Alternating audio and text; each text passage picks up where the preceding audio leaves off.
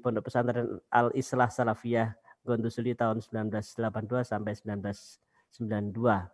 Riwayat pekerjaan beliau 2017 sampai sekarang, beliau adalah Kepala Seksi Penelitian dan Pengelolaan HKI pada Subdit Penelitian dan Pengabdian kepada Masyarakat, Dirjen PT KAI.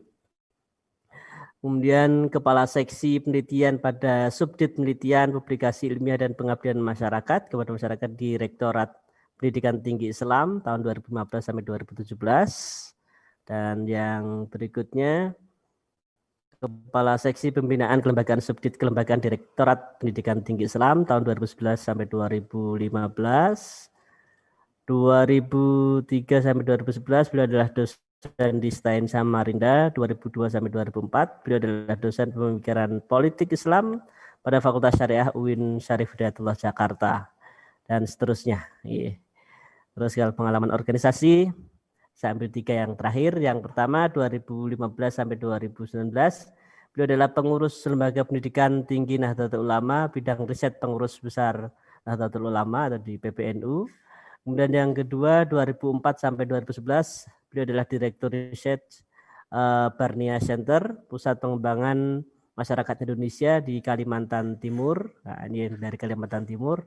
Ada Bu Titik ya, ini tadi ada ya.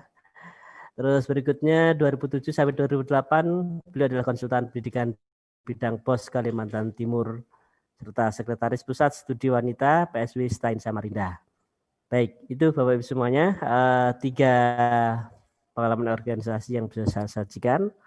Dan berikutnya waktu sepenuhnya kepada beliau Bapak Dr. Anis Maskur SAG MA.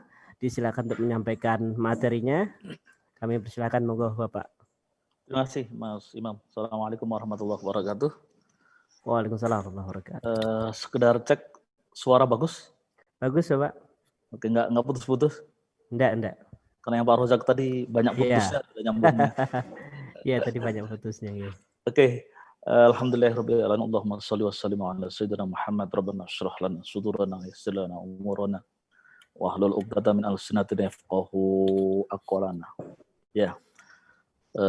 Kita baca doa ini semua biar apa yang kita bahas pada hari ini membawa kemanfaatan bagi kita semua dan terutama bagi guru yang memiliki pasukan yang luar biasa banyak ya di level dunia nyata. Kalau kita itu di atas ya tidak di dunia nyata karena terlalu struktural. Nah, saya kesempatan hari ini menjadi kesempatan yang sangat berbahagia dan kesempatan yang baik untuk diskusi bersama dalam rangka menunjukkan peran aktif kita dalam mempertahankan NKRI untuk beberapa atau mungkin untuk ratusan tahun ke depan. Bapak Ibu guru yang saya hormati, wabil khusus Bapak Dekan yang saya hormati pula. Semoga masih gabung bersama kita. Saya coba ulas terkait dengan bagaimana menjadi guru modis. Ini ada mat alat sukunnya ya, modis gitu panjang. Tidak modis I1. Kenapa saya sampaikan ini? Karena saya tahu yang saya hadapi ini adalah guru-guru yang sudah berhadapan langsung dengan para siswa, sehingga saya buat sebuah pola dan ini inspirasi dari atasan saya yang menamakan seluruh guru agama, guru madrasah harus menjadi modis. Nah, kalau mat alit sukun menjadi 6 harokat, modis.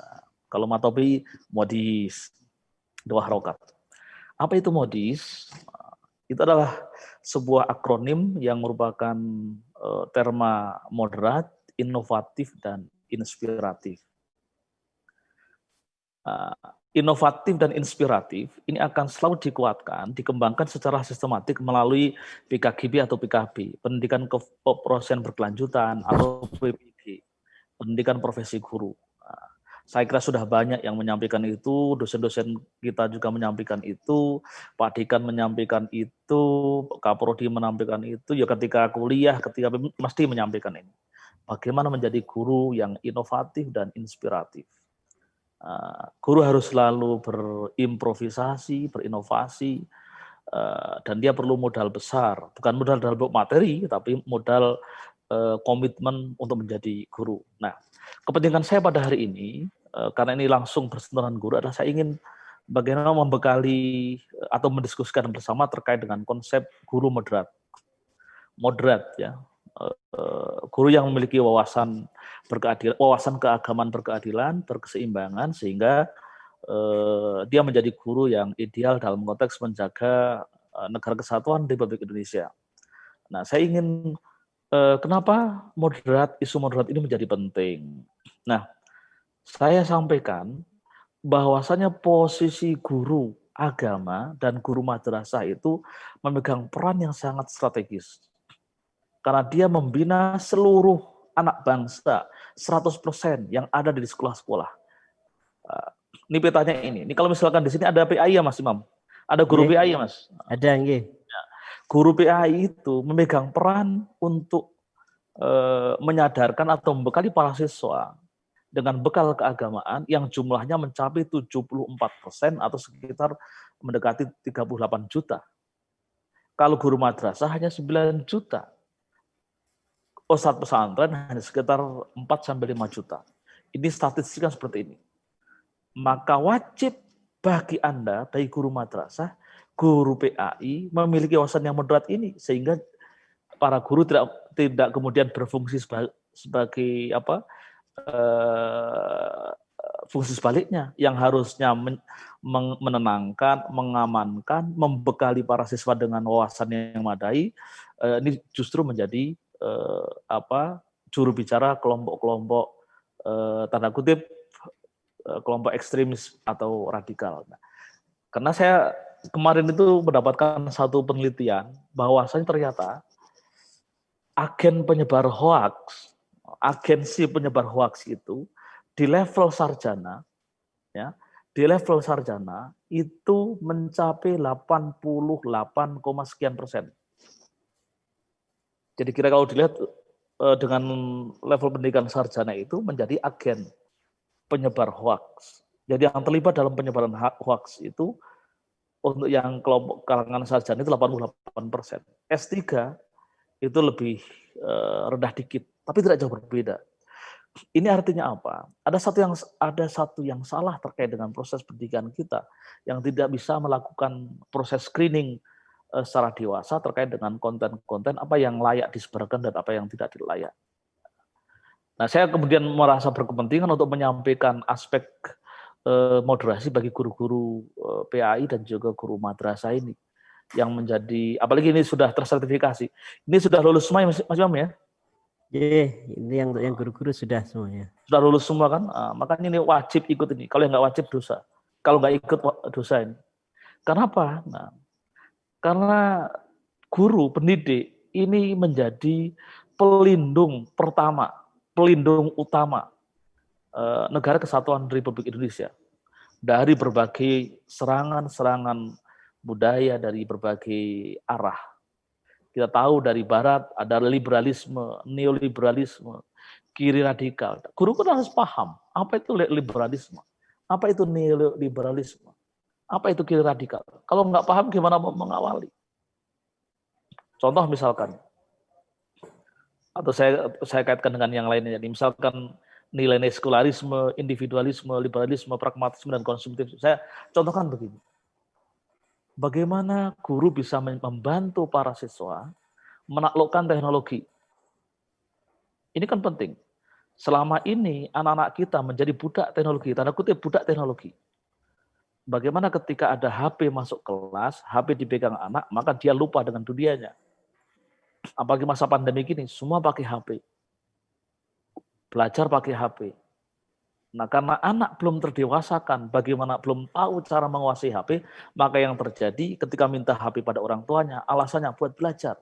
Tapi ketika jam belajar, bukannya belajar, tapi malah buka yang lain. Kan itu kan satu fakta. Artinya kita sebagai pendidik menjadi bermasalah. Belum bisa mendidik anak-anak bagaimana menaklukkan teknologi. Dan itu harus ada kurikulumnya. kurikulum di Fakultas Ilmu Pendidikan harus ada, melatih menaklukkan teknologi seperti apa. Nah, kalau model pesantren itu enak, tidak mau tahu dengan teknologi. Maka kemudian ketika sekolah, ketika sudah masuk pesantren, tidak boleh bersentuhan dengan teknologi. Ya itu memang jalan pintas, jalan tercepat. Jadi sebenarnya teknologi itu satu sisi juga ingin menyelamatkan generasi bangsa dari kerusakan. Tapi nanti kalau keluar, wah itu bahaya kalau nggak siap kan begitu. Langsung karena berhadapan langsung nanti berbahaya. Nah, ini ilmu ini menjadi penting. Lagi-lagi guru memegang peran penting untuk membekali peserta didik agar anak-anak bisa meng-screening informasi dan juga perkembangan teknologi sehingga anak-anak tidak terjebak dalam tidak menjadi budak teknologi. Nah, belum kemudian ideologi keagamaan. Nah, saya kira konteks guru agama, guru madrasah ini sangat berkaitan erat dengan ideologi keagamaan yang dari luar. Atau bahasa kasarnya, bahasa jelas ekstremisme beragama. Apa itu ekstremisme beragama? Bagaimana orang memahami agama itu secara serampangan. Belajar agama tanpa guru yang kemudian ujung-ujungnya adalah mendorong ketaatan, tapi ketaatan yang tidak tepat, ketaatan yang salah. Kenapa mereka hanya belajar hadis dari Google, belajar hadis dari buku, bukan belajar hadis dari guru. Nah, guru megang peran penting. Saya akan contohkan gini, contoh kenapa ekstremisme itu muncul atau radikalisme beragama itu tumbuh berkembang, itu karena memang banyak buku-buku atau banyak orang yang merasa cukup belajar dari buku. Nah, guru kalau hanya setiap hari hanya menyerahkan baca pada buku ini halaman ini, itu menumbuhkan bibit-bibit ekstremisme beragama. Hanya suruh baca buku. Saya contohkan begini, contoh. Ayo, ada sebuah hadis ya. Kalau kita baca teks, ada sebuah hadis. Ya Rasulullah, ayul amal afdal. Sahabat bertanya kepada Rasulullah, ya Rasulullah, ayul amal afdal. Perbuatan apa yang paling utama? Kalau dalam hadis itu selalu jawabannya yang pertama adalah as-sholatu fi waktiha atau as-sholatu fi awwali waktiha. Salat pada waktunya. Lalu kemudian yang kedua, jihad fisabilillah. Yang ketiga, birrul walidain. Kalau kita memahami secara teks hadis itu ya akan dipahami seperti itu. Namanya sholat tepat waktu itu adalah sebuah keutamaan yang harus dikejar-kejar. Kalau nggak paham konteksnya, ini kondisi orang lagi kuliah, tiba-tiba ada suara azan. Orang mesti bilang, Pak, saya izin mau sholat begitu. Karena dia yang belajar dari hadis, memahami sebuah teks, tapi tanpa bantuan seorang guru. Dan itu berbahaya. Memahami. Apakah benar orang ketika di tengah belajar, lalu ada suara azan, lalu kemudian keluar izin untuk sholat? Ini perlu paham konteksnya. Peran guru yang memiliki sanad keilmuan, yang paham tentang kenapa ada hadis, akan menjelaskan. Konteks hadis itu adalah menunjukkan Rasul itu orang yang sangat bijak, wise, penuh hikmah dalam memberikan nasihat pada orang. Saya contohkan, misalkan yang bertanya itu adalah orang yang sering marah-marahin orang tua, ngerjain orang tua, tidak taat pada orang tua. Lalu tanya pada Rasul, ya Rasulullah, ayul amal afdal. Rasul akan mengatakan, birrul walidain. Rasulullah mengatakan hormat pada orang tua. Lalu suatu saat datang orang yang kalau sholat itu mungkin sholat asar di waktu maghrib, sholat maghrib di waktu isya, atau kalau sholat itu terlambat terus, gitu. Sholat sering di akhir waktu. Lalu dia tanya, ya Rasulullah, ayul amal afdal. Maka dia akan mengatakan, as-sholatu fi waktiha atau sholat fi awal waktiha. Begitu. Dan itu adalah kebijakan. Konteks ini yang harus dipahami. Jangan hanya dipahami hadisnya as-sholatu fi waktiha atau fi awal waktiha. Perlu ada penjelasan. Ini kalau misalkan dipahami hadis itu secara hitam putih seperti itu berbahaya. Kelas itu bisa bubar, apalagi kelas itu rata-rata selalu menabrak waktu sholat duhur. Apalagi sekarang duhur setengah 12. Kelas bisa bubar. Ini contoh bagaimana guru harus bisa memahamkan, mencerdaskan peserta didik dengan nilai-nilai yang seharusnya. Maka orang yang memahami agama tidak kuat, maka itu akan potensi melahirkan ekstremisme dalam beragama. Maka Gus Dur almarhum Allah yarham ketika sering menyampaikan di beberapa event selalu mengatakan berapapun besar biaya dan resikonya, keutuhan NKRI harus dijaga. Berapapun besar biaya dan resikonya. Kalaupun misalkan guru biar ngajarnya serius dikasih tunjangan sertifikasi, disertifikasi, harus dikeluarkan. Kenapa? Karena guru adalah juru bicara negara, juru bicara pemerintah, dan dia yang akan membetulkan cara pikir mindset para peserta didik. Harus dikeluarkan. Kalau perlu hutang, kan begitu. Makanya hutang negara ini cukup besar, itu karena 60% itu habis untuk membiayai belanja pegawai dan juga termasuk guru dan dosen. 60%. Jadi kalau misalnya utang kita itu besar, itu salah satu dimakan oleh kita bersama. Ya, untuk meningkatkan kesejahteraan, meskipun sampai saat ini juga guru juga belum sejahtera dengan kebijakan seperti itu. Meskipun dibanding tahun-tahun sebelumnya, ini jauh, kalau dibandingkan dengan tahun sebelumnya, kondisi saat ini jauh lebih baik daripada tahun-tahun sebelumnya. Kan begitu. Nah, saya ingin menyampaikan kenapa ini perlu diperhatikan. Saya lihat, cuman kalau guru-guru di Salatiga, itu kan Jawa Tengah rata-rata.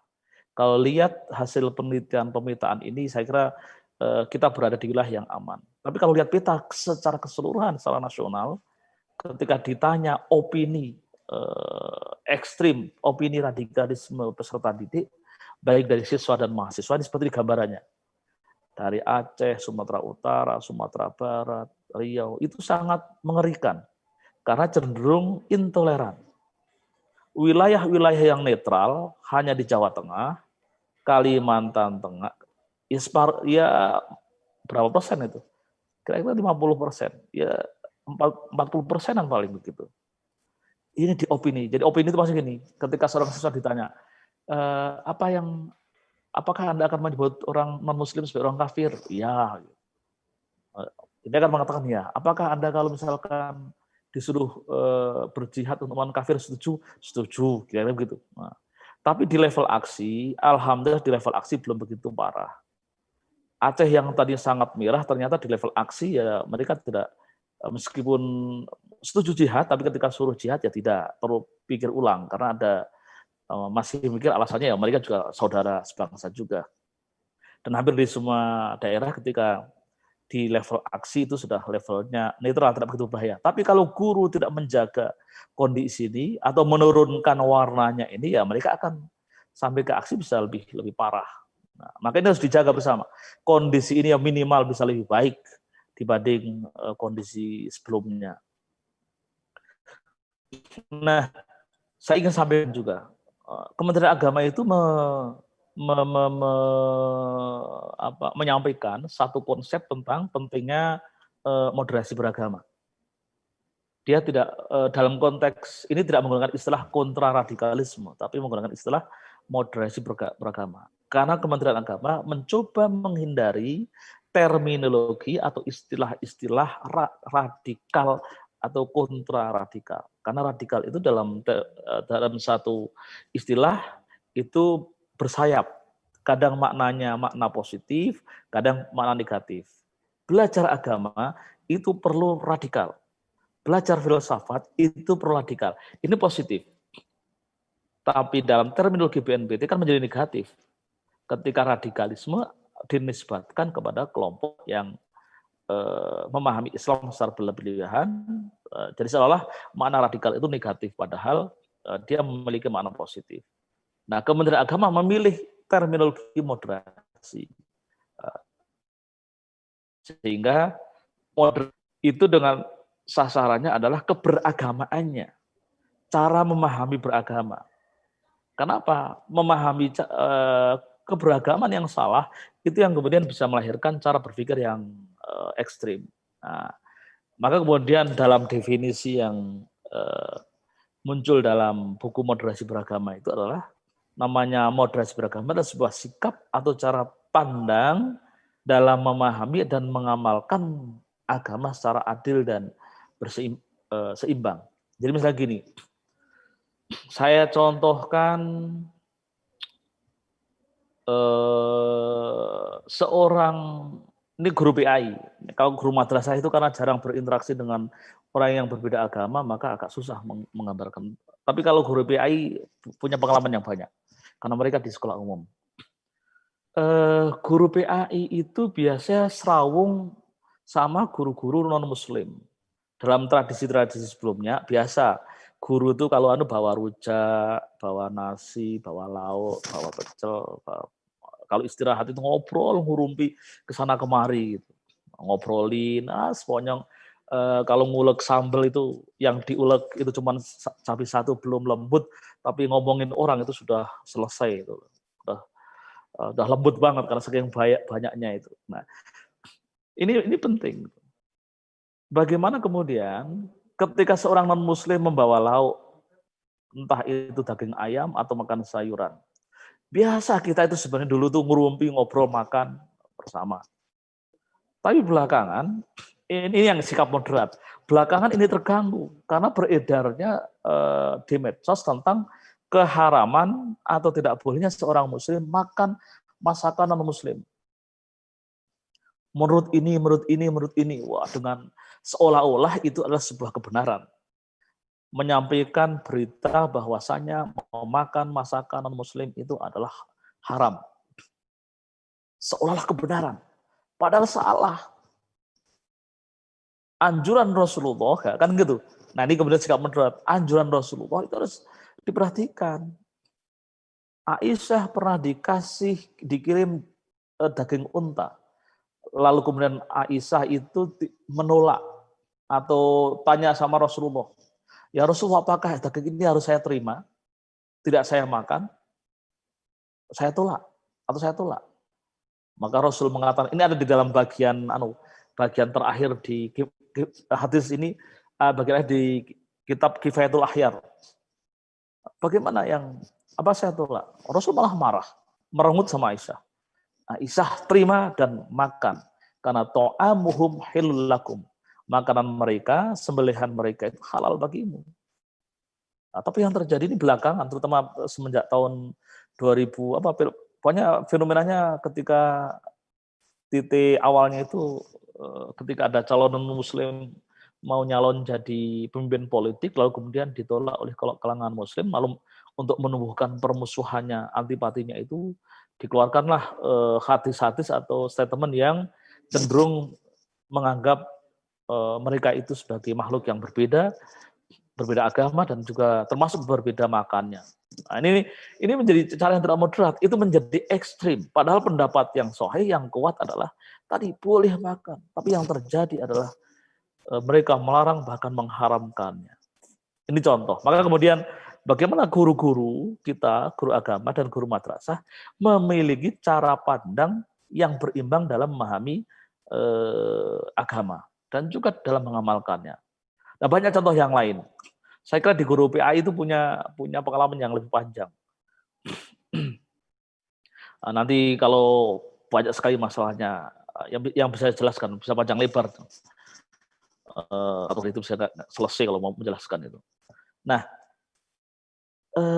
adakah praktek-praktek Rasulullah yang menunjukkan sikap moderat itu?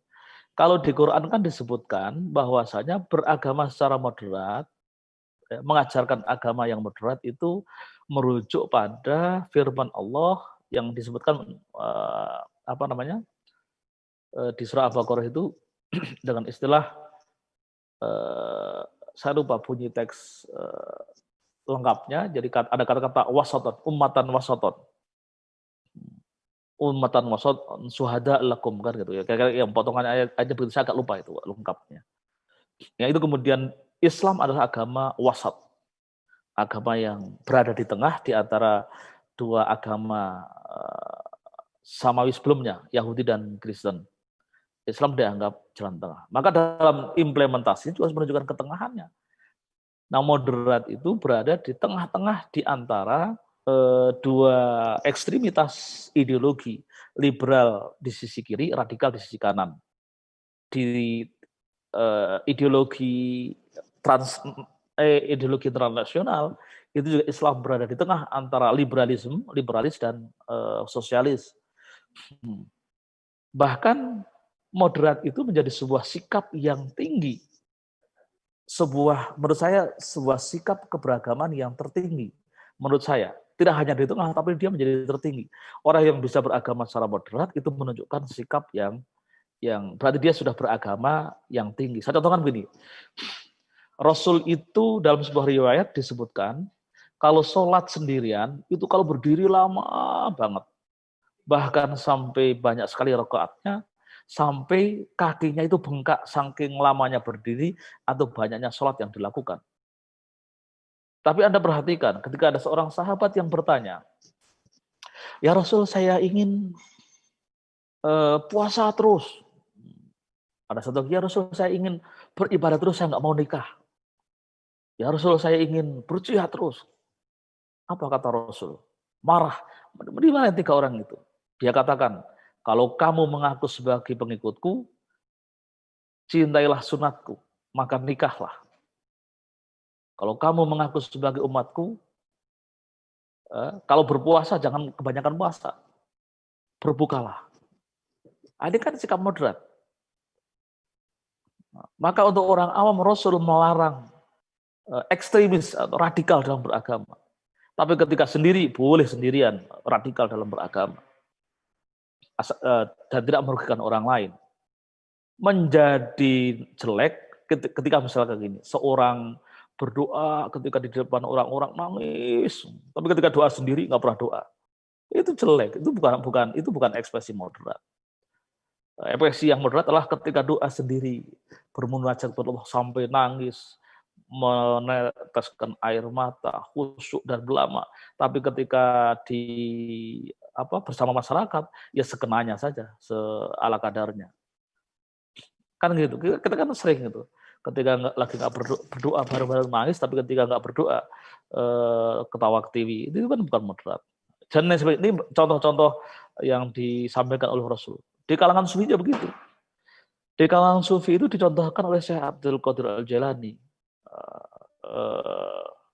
yang dia saat itu dalam manaqibnya mengatakan, seandainya aku hidup sejalan dengan Al-Hallaj, maka akan aku pegang tangannya Al-Hallaj. Nah, Anda tahu Al-Hallaj?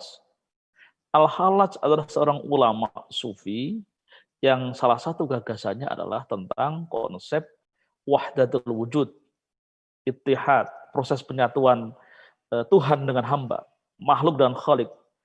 Allah atau hamba, makhluk bisa menyatu dengan Allah. Itu yang disebut wahdatul wujud. Itu sebagai tingkat tertinggi dari ekspresi peribadatan seseorang. Nah, itu yang kemudian dipandang oleh ulama syariat, Al-Hallaj itu melanggar ketentuan syariat pada umumnya, yang kemudian Al-Hallaj dihukum mati oleh penguasa saat itu. Nah, Syekh Abdul Qadir Al-Jailani itu dalam manaqibnya begitu. Seandainya aku hidup, Arabnya saya nggak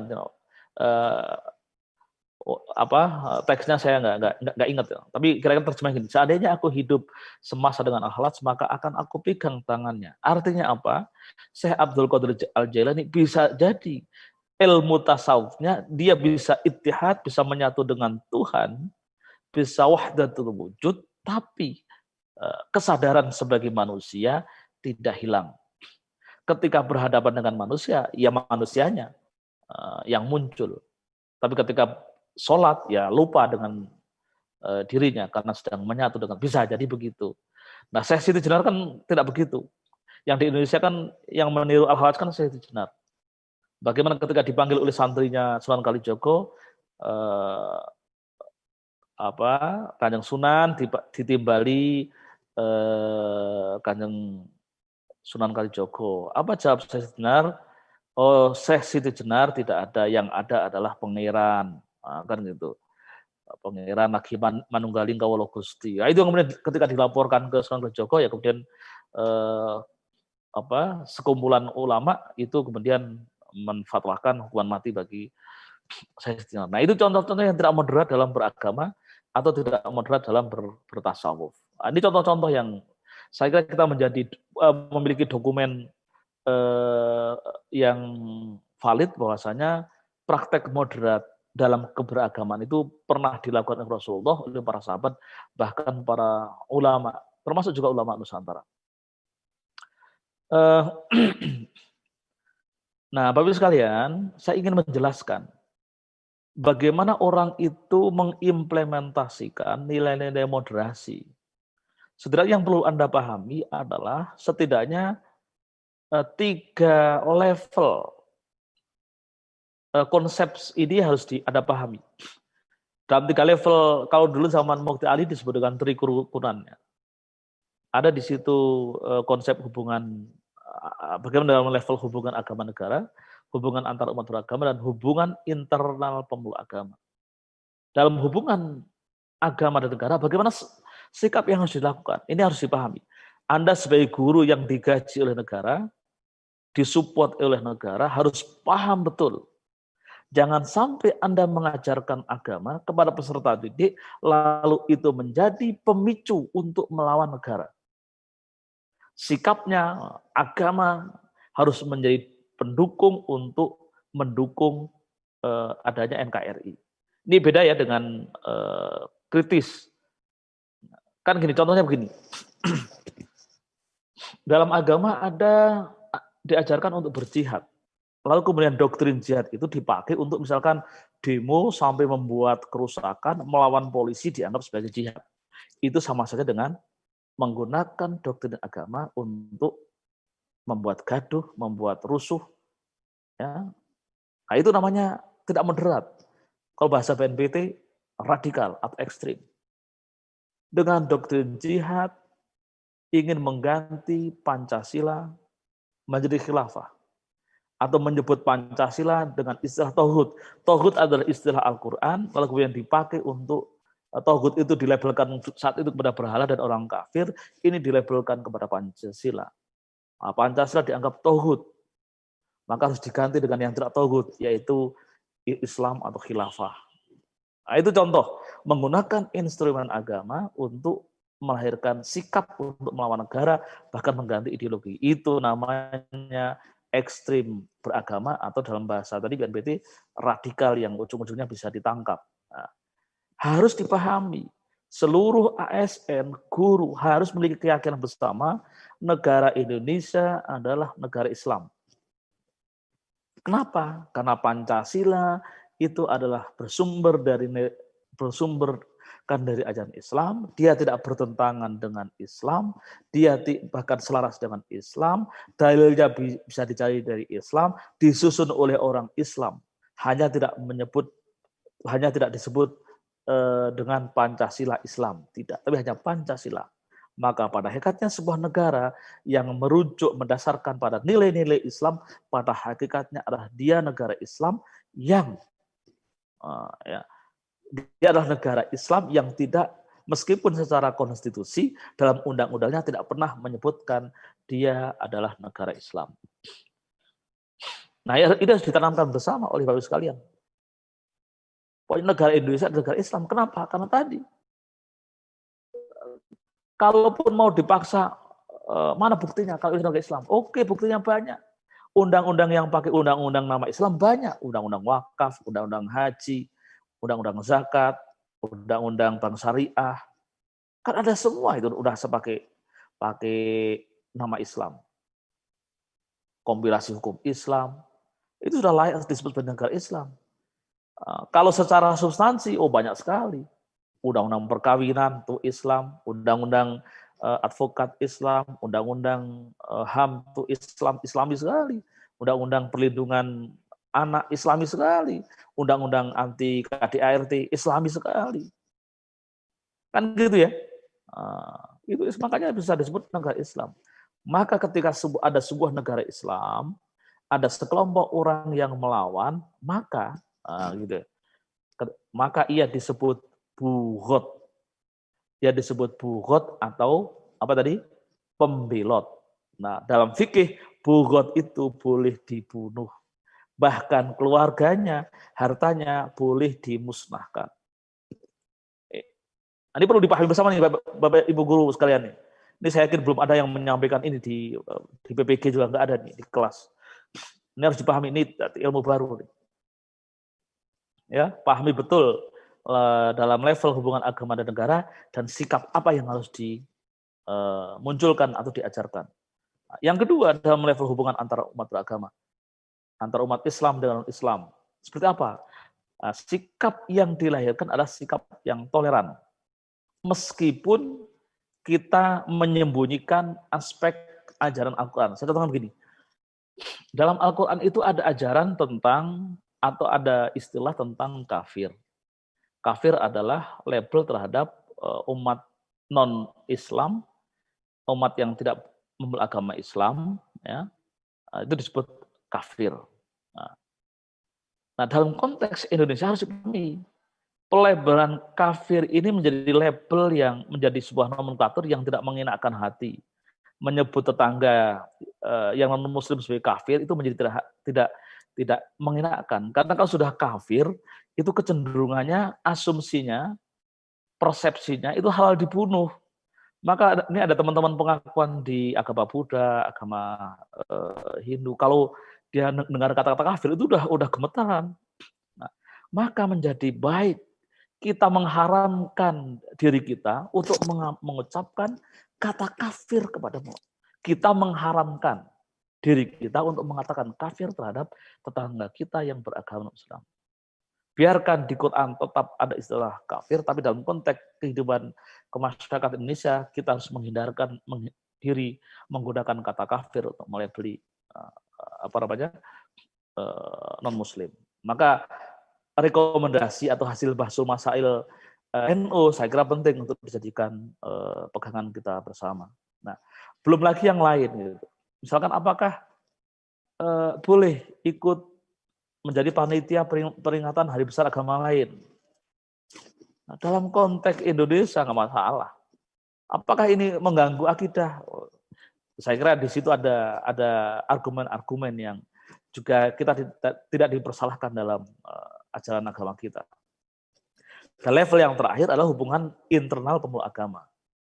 Dan ini yang saya kira juga cukup memprihatinkan. Dalam hal hubungan internal agama itu, kita sering melakukan proses pengkafiran, membid'ahkan pemeluk agama lain yang berbeda agama. Ini berbahaya. Maka dalam Densus 88, orang yang melakukan sembarangan melakukan takfiri, mengkafirkan orang Muslim yang lainnya atau membid'ahkannya, itu masuk dalam definisi radikal. Ini harus dihindari. Nah, ini harus ingat bahwasanya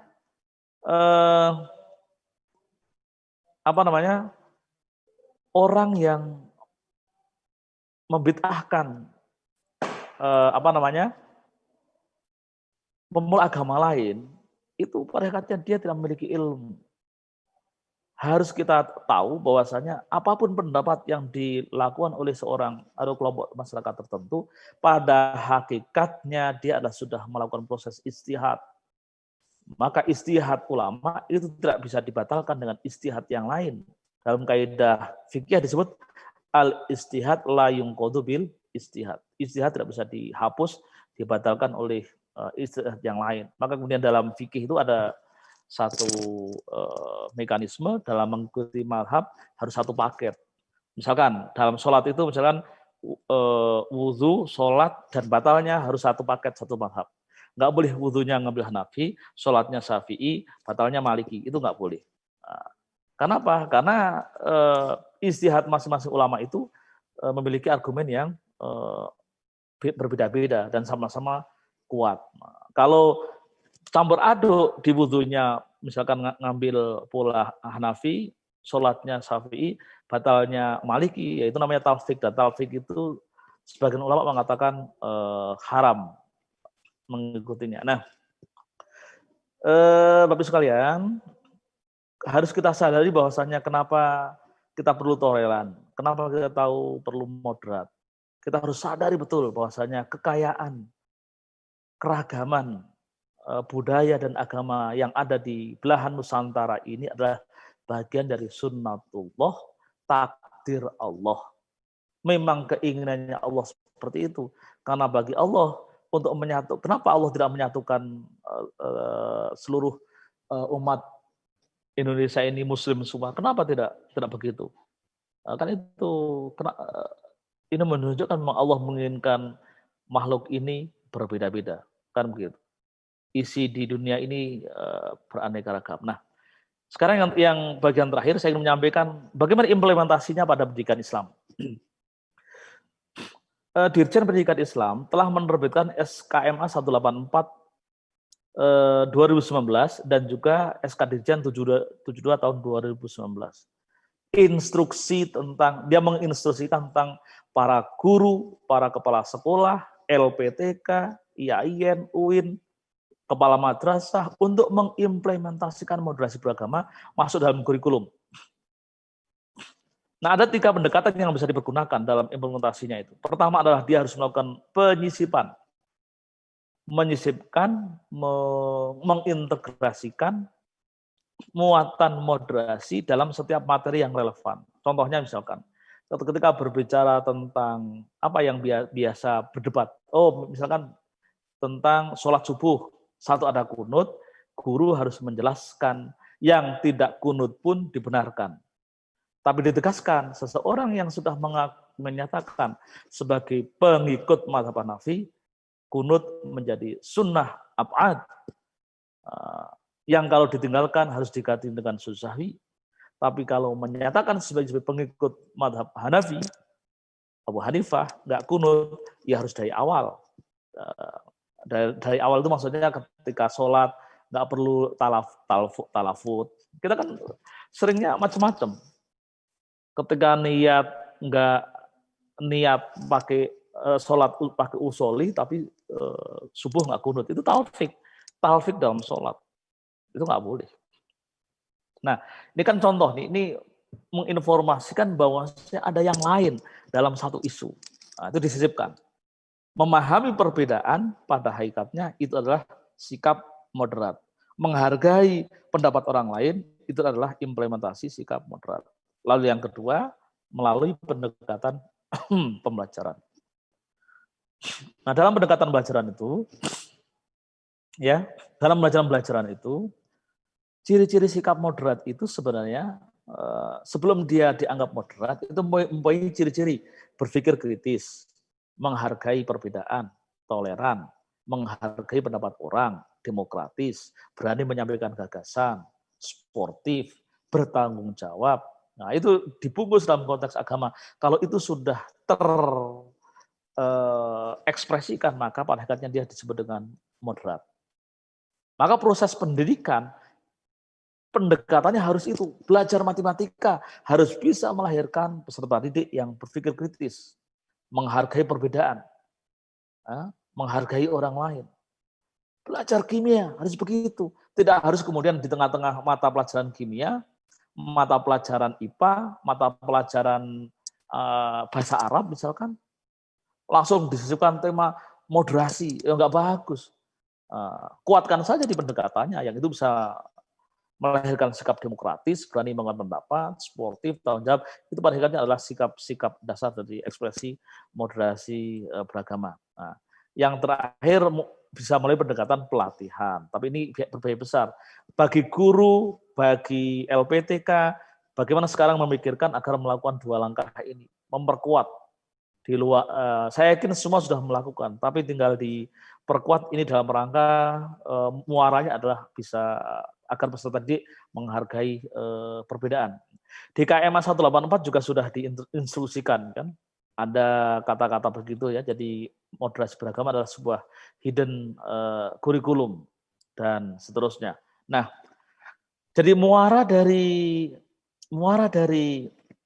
itu semua pada hakikatnya adalah agar peserta didik itu memiliki nalar kritis.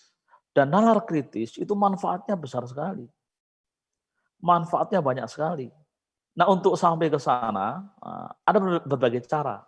Cara yang disampaikan, misalkan gini, ini berarti kan di pendekatan. bisa mengajak diskusi, bisa ngajak studi komparatif, bisa ada pengamatan, bisa ada mengajarkan kerjasama, bisa coba bikin cerita bersambung dan seterusnya. Ini ya pendekatan-pendekatan ya. Silahkan guru bisa berimprovisasi dengan pendekatan yang lain. Tapi yang jelas berpikir kritis itu banyak sekali manfaatnya. Salah satunya yang ingin saya sampaikan yang selalu yang sangat penting terkait dengan moderasi beragama dan menghargai perbedaan adalah tidak mudah tertipu. Misalnya gini, di dalam era WhatsApp, arus informasi yang tidak terkendali, seorang itu berhak menginformasikan apa saja, meskipun nanti kena undang ITE, UU ITE kalau misalkan itu melanggar, bisa membuat keresahan. Tapi ini menarik kemudian, kalau misalkan undang-undang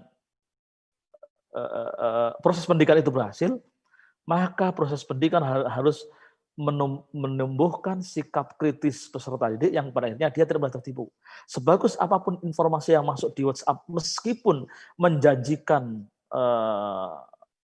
dijanjikan masuk surga, nggak usah di broadcast, nggak usah diteruskan ke yang lain kalau itu tidak baik. Terkesan baik tapi kadang tidak baik. Kan banyak misalnya gini. Misalkan tadi kasus tadi. Haramnya memakan sembelihan orang dalam mendapat ini, lalu di bawahnya ditulis jangan biarkan catatan ini ada di HP Anda, sebarkan ke yang lain untuk memberikan manfaat kepada yang lain agar Anda dapat masuk surga, misalkan begitu. Bagi orang yang kritis pasti tidak akan membertegas itu, karena pendapat itu belum tentu benar. Dia akan cari benarkah pendapat seperti itu. Nah, sekarang itu banyak bahkan sarjana, doktor, profesor banyak tertipu karena seolah-olah menganggap itu adalah sebuah kebenaran yang sampai ke kita. Nah, hati-hati nih, ini bisa menjadi tolak ukur bagi Bapak sekalian. Apakah Anda sebagai orang guru yang kritis apa tidak? Kalau nggak kritis berarti Anda termasuk yang gagal dalam proses pendidikan. Tapi saya yakin yang dididik di dalam LPTK IAIN Salatiga termasuk guru-guru yang memiliki daya berpikir kritis yang insya Allah tidak menjadi agen-agen broadcast informasi-informasi yang bisa membuat gaduh ataupun rusuh. Nah, maka kemudian dalam pendekatan pendidikan, seorang guru harus mampu memahami kondisi peserta didik. Seorang guru harus memahami kecerdasan peserta didik. Guru yang memahami potensi kecerdasan peserta didik, maka dia akan bisa menggunakan pendekatan atau berbagai pendekatan cara mengajar peserta didik. Ini saya coba rumuskan teori tentang kecerdasan majemuk atau multiple intelligence yang dirumuskan oleh Gardner, kalau nggak salah Howard Gardner, seorang dokter saraf yang kemudian dia mencoba meneliti tentang kecerdasan, lalu kemudian gabung di dunia pendidikan, masuk dunia penelitian, lalu menemukan ini teori. Untuk menghafalkannya, 8 kecerdasan itu saya singkat dengan sebutan SLIM and PIL. Kecerdasan spasial, linguistik, interpersonal, musikal, natural, kinestetik, interpersonal, dan logik matematis. Apa itu kecerdasan spasial? Nah, guru harus memahami, tapi ini rata-rata guru banyak mengoptimalkan aspek kecerdasan spasial rata-rata. Apalagi kelas ini bisa terlihat di guru SD atau guru MI, kelas 1, kelas 2, kelas 3 itu kalau masuk misalkan duduk rapi, wah langsung duduk rapi itu. Kan biasanya begitu. Kerapian itu adalah tuntutan dari atau hanya menghargai kecerdasan spasial. Padahal peserta didik itu barangkali ada yang memiliki kecerdasan interpersonal, barangkali ada yang memiliki kecerdasan kinestetik, atau memiliki kecerdasan intrapersonal. Kalau hanya suruh duduk rapi, melotot ke depan, itu hanya spasial. Karena dia mengandalkan kecerdasan mata untuk cerdas itu. Ini memang yang sering ditonjolkan. diperkuat. Maka kemudian papan tulis, adanya PowerPoint itu adalah untuk mengakomodir orang yang memiliki kecerdasan spasial. Padahal banyak orang yang sukses, bahkan sukses secara material ketika dia memiliki kecerdasan interpersonal, musikal, bahkan kinestetik. Kita tahu Inul Daratista dengan goyang ngebornya, itu kan musikal. Bang Haji Roma dengan lagunya, kan menjadi raja dangdut kan karena musikal dan kaya. Kecerdasan kinestetik juga begitu. Banyak orang yang kaya karena tendangannya. Banyak orang kaya karena pukulannya. Itu kan kinestetik. Sementara dalam proses pendidikan, kecerdasan kinestetik atau kecerdasan body ini tidak dihargai. Dan seterusnya. Ini perlu kuliah panjang kalau yang kayak nantilah kapan-kapan lagi. Lalu kemudian guru juga harus memahami daya serap peserta didik. Daya serap peserta didik itu kalau misalkan guru ceramah saja, kayak saya ini ceramah saya didengar oleh Anda, itu maksimal itu 20% bisa terserap. Maksimal itu yang perhatikan. Tapi kalau misalkan dimatiin biasanya kemana-mana ini, nggak memperhatikan. Hanya takut sama Pak Dekan sama anu aja nih, biar nggak terlihat. Kemana-mana nih kata. Yang memperhatikan itu hanya 20%. Maka penting nanti yang sudah punya kelas bisa menggabungkan, kadang di dalamnya ada demonstrasi, kadang ada diskusi, kadang ada mempraktekkan, kadang ada saling memberitahu atau saling mengajarkan ke siswa yang lain. Maka ini daya serap ilmu pengetahuannya bisa maksimal. Gitu. Ya gunakan itu. Masalah model apa, bagaimana caranya, guru adalah antum a'lamu bi umuri dunyakum, terserah. Tapi perlu Anda pahami, pokoknya kalau berdiri di depan kelas, ngomong saja, itu hanya dapat 20% maksimal. Itu pun yang mendengarkan secara serius. Padahal kalau orang suruh konsentrasi itu maksimal hanya 15 menit. Menit ke-16 itu papan tulisnya hilang. Menit ke-17 gurunya hilang. Murid ke-18 teman-temannya hilang. Matanya melek, tapi hilang. Jadi sudah konsentrasinya 15 menit, yang tertangkap hanya 20%. Lebih parah lagi kalau hanya suruh ditugaskan, anak-anak baca halaman ini. Saya kira di konteks Zoom ini hanya tujuan itu mesti, anak-anak baca halaman ini. Udah, itu bakal nggak terserap. Gitu. Ini hal yang perlu diperhatikan. Saya kira itu yang penting untuk disampaikan, untuk yang saya sampaikan. Nah, pesan saya, guru itu adalah seorang pahlawan. Guru yang benar adalah seorang pahlawan. Tapi guru yang tidak benar adalah bukan pahlawan. Tapi dia akan banyak mendapatkan kerugian. Maka seorang pahlawan memang dia harus rela berkorban. Pengorbanannya luar biasa. Pertama nih saya harus rajin membaca. Untuk membaca harus beli buku. Ini pengorbanan. Beli buku dari mana? Gaji, kalau gaji swasta itu paling 300.000. Ya paling tinggi-tingginya 500.000. Beli buku harganya 100.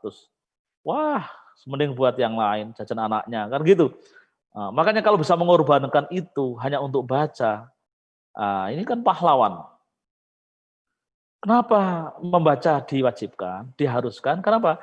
Guru yang berwawasan luas itu dalam mengajar tidak membosankan. Masuk kelas 1, kelas yang lainnya, itu bisa beda-beda materinya, meskipun tema utamanya sama. Tapi kalau guru nggak pernah membaca, maka yang terjadi adalah biasanya dia akan mengulang-ulang, mutar kaset. Ya kalau kayak gitu mending aja ketika masuk kelas 1, bawa rekaman, direkam, nanti kemudian setelah pindah yang lain, anak-anak saya setel tipnya, dengerin ya, udah nggak capek, kan gitu. Nah, yang kedua, guru harus rela mempersiapkan media. Tadi dalam rangka pertama mengakomodir 8 kecerdasan, ya, mengakomodir 8 kecerdasan, meningkatkan daya serap dalam proses pendidikan, maka guru harus mempersiapkan media. Pertanyaannya adalah, kadang kepala madrasah, kepala sekolah tidak pernah mengalokasikan anggaran untuk mempersiapkan media. Itu yang menjadi agak konyol kan begitu. Akhirnya guru harus berkorban. mempersiapkan materi sendiri. Nah, lagi-lagi berani berkorban adalah potret seorang pahlawan. Maka yang ketiga, guru harus mau rugi di dunia. Secara lahiriah memang rugi harta dan waktu, tapi pada hakikatnya untung besar dengan catatan guru harus ikhlas. Ya untuk menjadi guru yang moderat, guru yang berkualitas, meluangkan waktu, mempersiapkan media itu kan kerugian. Maka ini menjadi kerugian. Tapi pada hakikatnya tidak rugi. Secara materi iya, tapi secara substansi tidak rugi. Bahkan ilmunya makin tambah. Dan terakhir, guru harus terus meneliti. Kan gini, untuk mengetahui 8 kecerdasan yang dimiliki oleh peserta didik, kan harus mencermati. Orang punya kecerdasan spasial, itu ciri-cirinya begini. Kalau saya sih ketika membaca ciri-ciri orang yang punya kecerdasan spasial, itu asik kalau ngelihat guru ngajar lalu ada ilustrasi di papan tulis. Kalau saya sering ngajar di papan tulis itu selalu membuat bulkonah, bulat-bulat, kotak-kotak, nak panah. Apa? Untuk anak-anak yang memiliki kecerdasan spasial itu senang dengan itu, imajinasinya bermain. Nah, kan gitu. Nah, Anda ketika begitu bisa melihat, oh ini bisa mengelompokkan nanti anak, oh anak ini punya kecerdasan sosial, oh anak ini punya kecerdasan interpersonal, oh ini intrapersonal, ini body. Nah nanti kemudian guru bisa bijak, oh ketika misalkan kerja kelompok yang interpersonal jadi pemimpin, oh ketika olahraga yang yang melibatkan fisik, yang kecerdasan body yang bisa memimpin, oh ketika di kerja membuat karya, oh kecerdasan intrapersonal yang memimpin, dan seterusnya. Itu perlu penelitian. Nah, terakhir, ini saya kira pepatah yang populer. At-tariqatu ahammu minal madah, walakinnal mudaris ahammu minat tariqah. Bali ruhil mudaris ahammu minal mudaris nafsihi. Metode memang dianggap lebih penting dari materi. Tapi yang terpenting adalah guru itu sendiri. Karena dia lebih penting daripada metode. Lebih penting lagi adalah roh guru, jiwa guru. Itu lebih penting daripada gurunya itu sendiri. Maka guru tidak harus selalu lulusan sarjana pendidikan. Guru adalah orang yang memiliki sikap, watak, perilaku sebagai seorang guru. Sebodoh-bodohnya guru, kalau kemudian dia memiliki ruhul mudaris, dia akan pinter, dia akan tidak lelah melakukan penelitian, dia tidak akan lelah berinovasi, dia tidak akan lelah membaca, dan seterusnya. Itu yang disebut dengan ruhul mudaris. Demikian, kurang lebihnya mohon maaf. Assalamualaikum warahmatullahi wabarakatuh. Waalaikumsalam warahmatullahi wabarakatuh. Terima kasih Bapak Anis Maskur atas materi yang luar biasa, mengingatkan kita semuanya para pendidik untuk menjadi seorang pendidik yang moderat, inovatif, dan inspiratif. Nah, Bapak Ibu yang berbahagia, berikutnya kami persilahkan bagi Bapak Ibu yang akan menyampaikan pertanyaan. Kami persilahkan untuk mengklik tombol raise hand-nya. Nanti akan diaktifkan oleh panitia untuk bertanya. Monggo disilakan Bapak Ibu. Kalau ada yang raise hand, monggo panitia juga langsung bisa diaktifkan saja. Nanti tolong disebutkan nama, asal sekolah atau lembaganya. Pertanyaannya ditujukan kepada siapa?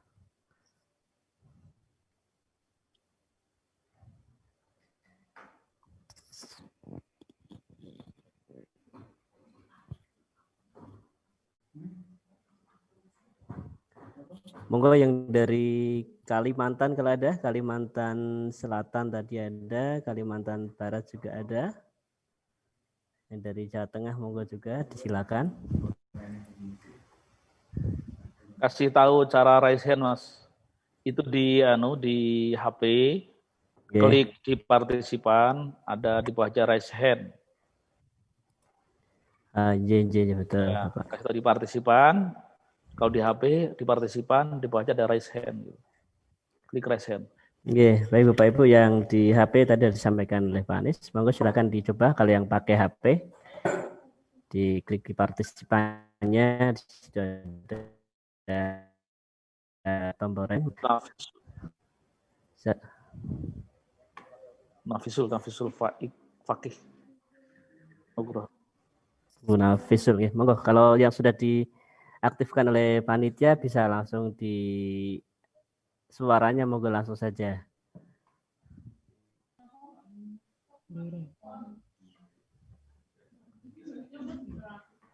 Ada?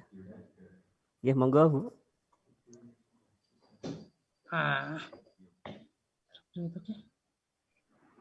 Bu Nafisul Fakih, monggo.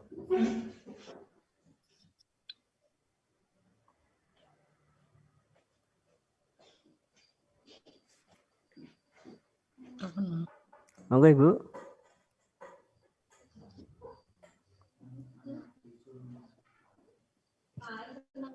Itu nggak sengaja, jangan-jangan. Nafisul Fakih. Monggo Bu Nafisul Fakih. Sengaja bertanya atau tidak sengaja terpencet?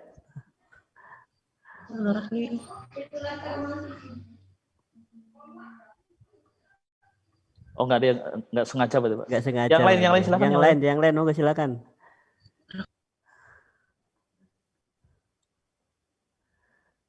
Monggo, ini banyak dari Bapak Ibu guru dari berbagai daerah.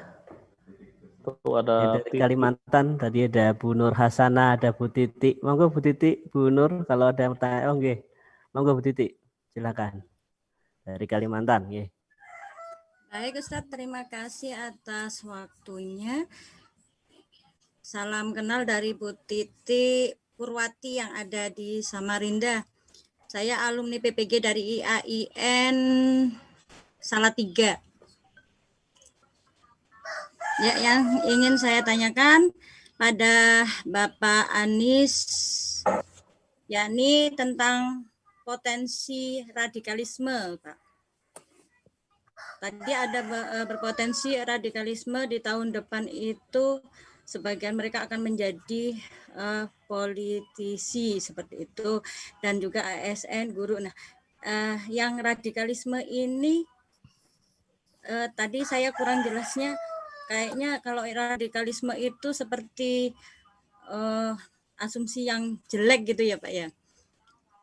Begitu. Jadi untuk apa ya istilahnya yang lebih radikalisme yang lebih bagus gitu seperti apa gitu Pak? Kiranya seperti itu Pak. Terima kasih. Assalamualaikum warahmatullahi wabarakatuh. Waalaikumsalam warahmatullahi wabarakatuh. Baik, terima kasih Bu Titi dari Samarinda. Sebuah pertanyaan yang tadi dalam konteks ini lebih memperhalus atau lebih menekankan pada pemaknaan dari kata radikalisme itu sendiri. Ini agar memantik yang lain, barangkali Pak Anies bisa langsung dijawab dulu, nanti yang lain juga sambil mempersiapkan untuk bertanya. Monggo Bapak. Ya, terima kasih. Sebenarnya tadi udah saya jelaskan ya, tapi nggak apa-apa. Jadi gini, kata radikalisme ketika itu disematkan, itu kelompok Muslim, sebagian orang Islam itu merasa tersinggung karena radikalisme itu seolah kemudian dinisbatkan kepada umat Islam yang taat beragama, kan itu ya. Maka kemudian padahal terminologi radikalisme itu tidak selalu negatif. Ada dalam dunia ilmu, terutama ilmu filsafat, itu menggali ilmu pengetahuan harus dilakukan secara radikal. Karena filsafat itu kan radikal. Beragama itu juga harus radikal. Beragama itu radikal. Orang konservatif harus begitu.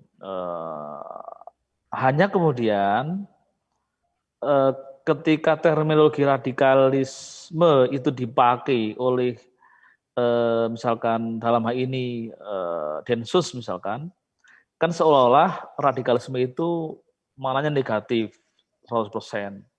Padahal dalam dunia keilmuan radikalisme itu memiliki makna positif juga kan ya. Contohnya tadi dalam ilmu pengetahuan.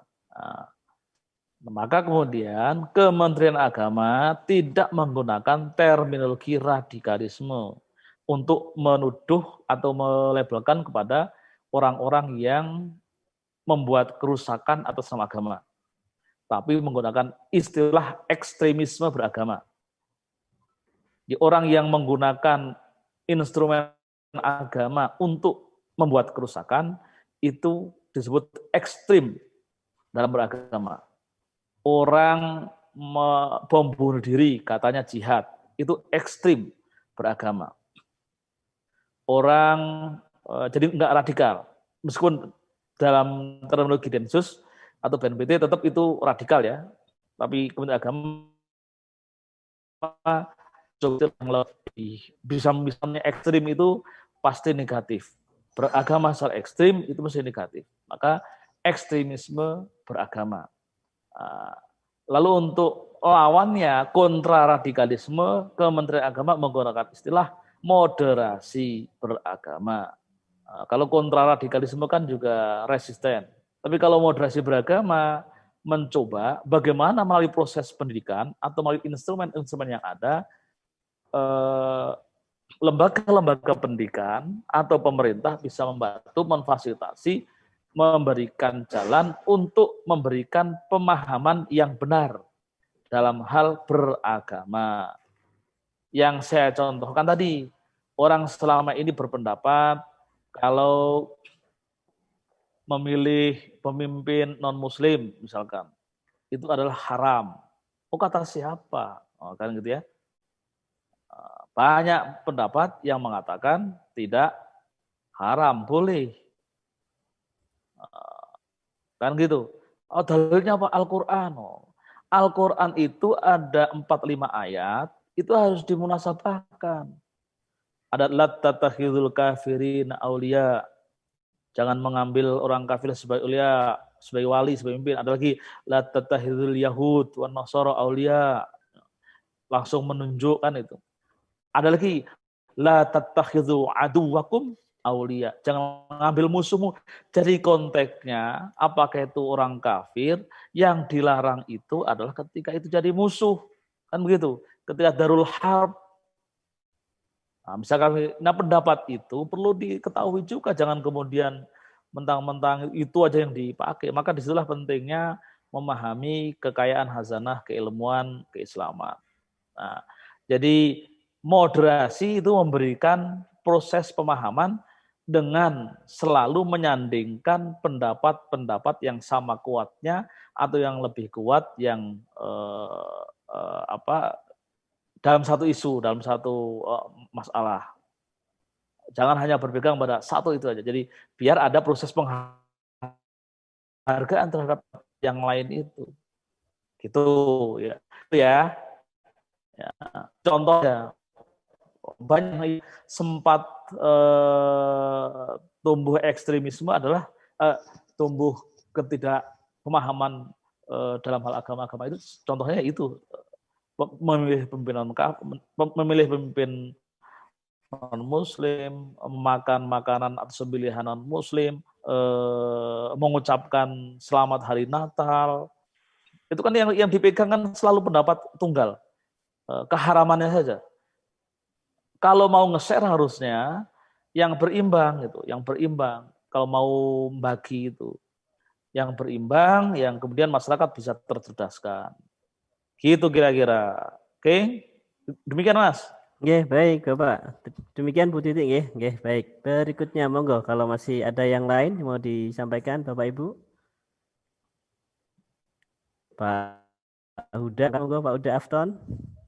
Serius sekali tadi menyimaknya. Oke, monggo bagi yang lainnya kalau ada, silakan.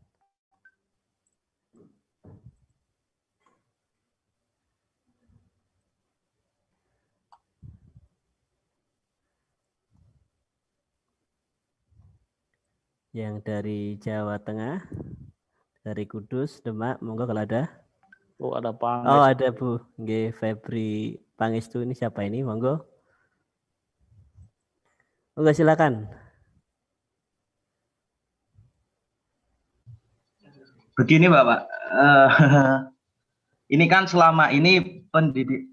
Assalamualaikum. Ya, Bapak? waalaikumsalam. Ye. Oke, begini Bapak, pendidikan itu hanya berpusat kepada guru, kesadaran guru.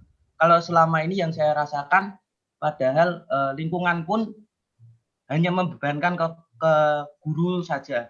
Belum ada sinergi yang nyata, belum ada kesatuan yang nyata. Kok guru terus yang dituntut, bukan ya istilahnya lingkungan lah. Nah, itu bagaimana kok sampai sekarang pemerintah kok sulit untuk menyelenggarakan sinkronisasi bersama antara lingkungan dan guru untuk mendidik anak-anak. Kalau saya kira kok peran guru kok hanya sedikit. Itu bagaimana Pak cara menyiasatinya? Baik. Terima kasih Mas Pangestu. Monggo Pak Anies, ini terkait jadi ada dalam tanda petik merasa peran guru itu terlalu banyak dituntut, tetapi kemudian lingkungan tidak pernah tersentuh atau mungkin kurang diperhatikan juga. Monggo Pak Anies. Ya, gini. Saya kira memang guru harus bersyukur. Guru itu betul-betul sakti. Betul-betul sakti, digugu, ditiru. Orang tua kalah. Lingkungan kalah. Betul. Maka sebenarnya kesaktian guru ini harus dimanfaatkan. Kan banyak guru yang belum memanfaatkan kesaktiannya, tanda kutip guru. Saya ini dosennya guru, kan gitu. Punya anak yang diajar oleh guru. Oh, pendapat guru salah, saya salahkan. Anak protes, oh guru saya yang benar. Kan begitu. Anak itu lebih mendengar perkataan guru daripada perkataan orang tuanya. Anak itu baru nurut kalau misalkan nanti kalau nggak nurut sama ayah, nggak dikasih uang jajan, nah baru nurut.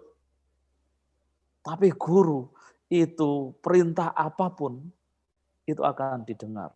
Maka menjadi guru yang cerdas, menjadi guru yang pinter itu adalah sebuah keharusan. Lingkungan itu sebenarnya ya berpengaruhnya itu belakangan. Anak itu lebih lama di guru daripada lingkungan kok. Sekolah kan sampai jam 1, apalagi sampai jam 3. Sampai jam 3, yang full day sampai jam 4. Di rumah sama orang tua nggak di lingkungan. Maka lagi-lagi saya ingin menyampaikan guru itu makhluk super, ya sakti. Sakti, maka manfaatkan kesaktiannya itu untuk merubah perilaku, untuk membuat sebuah perubahan peradaban. Guru harus begitu. Maka pentingnya guru ikhlas itu begitu. Guru ikhlas itu maksudnya guru yang dia punya visi besar tanpa mempertimbangkan gaji yang diberikan oleh saya itu berapa. Memang kita hanya bisa berharap sama Allah dengan balasannya, dengan pahalanya. Karena kalau berharap sama pemerintah udah kebanyakan hutang. Kondisi sekarang hutang yang sekarang sampai APBN yang tiap tahun 2.000 triliun saja, itu 60%-nya sudah buat gaji pegawai, gaji guru, gaji dosen, dan tunjangannya. Kami di pusat itu punya anggaran 5,6 triliun. 5,2 itu untuk bayar tunjangan profesi guru. 5,6 itu untuk membayar tunjangan profesi guru. Yang di kantor sendiri, yang di direktorat saya di level eselon 2 itu hanya 300 miliar. Kadang 100 miliar. Pokoknya di ruangan saya itu hanya dapat 4 miliar. Itu pun hanya untuk pelatihan ngumpulin orang, dibekali. Nah, yang 5,2 triliun itu untuk tunjangan profesi guru. Kan memang ya pokoknya gini. Ya saya bukan menumbuhkan pesimisme. Kita hanya bisa berharap ya karena negara sudah memberikan yang apa adanya dalam bentuk TPG itu, ya itu saja sudah. Negara juga belum bisa meningkatkan besaran di TPG-nya. Maka yang lainnya ya ya mengharap yang lain, mencari melalui mekanisme-mekanisme yang lain. Karena negara juga sudah berat. Maka kemudian guru dalam hal kesejahteraan memang ya satu sisi kita juga di pusat itu kita memikirkan juga, tapi tidak mempunyai jalan karena uangnya juga terbatas.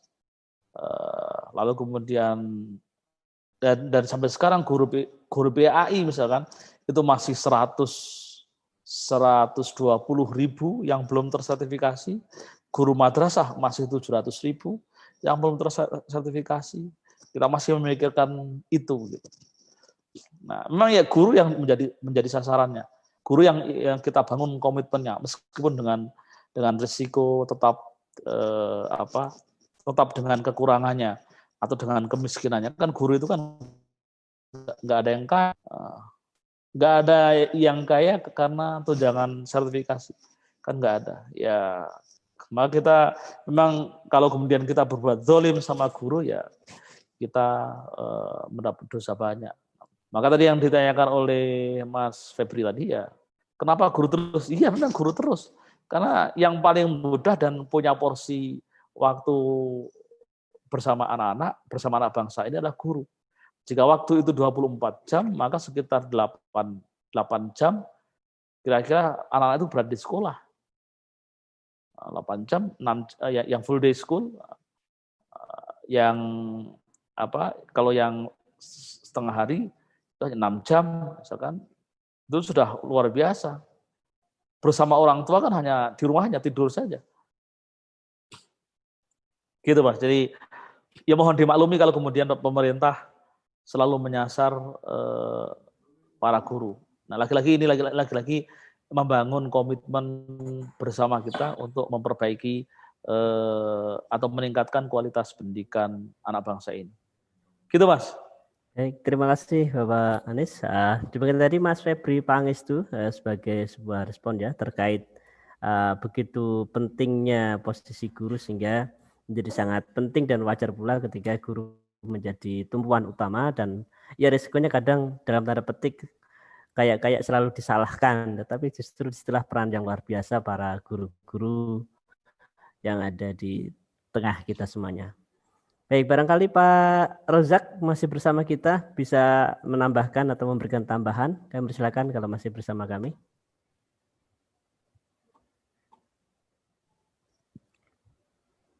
Halo, moga Pak Rozak kalau masih bersama kami persilahkan untuk memberikan tambahan.